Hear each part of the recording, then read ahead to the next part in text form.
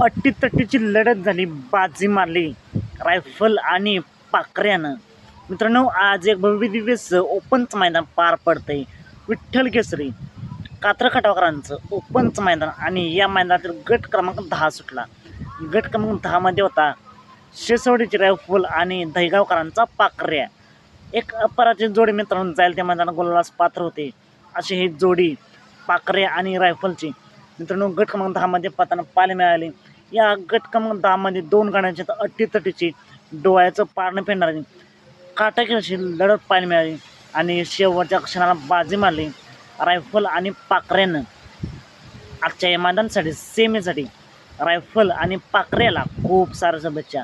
मित्रांनो, असेच निकाल पाहण्यासाठी आत्ताच आपल्या चॅनेलला सबस्क्राईब करा, लाईक करा आणि शेअर करा.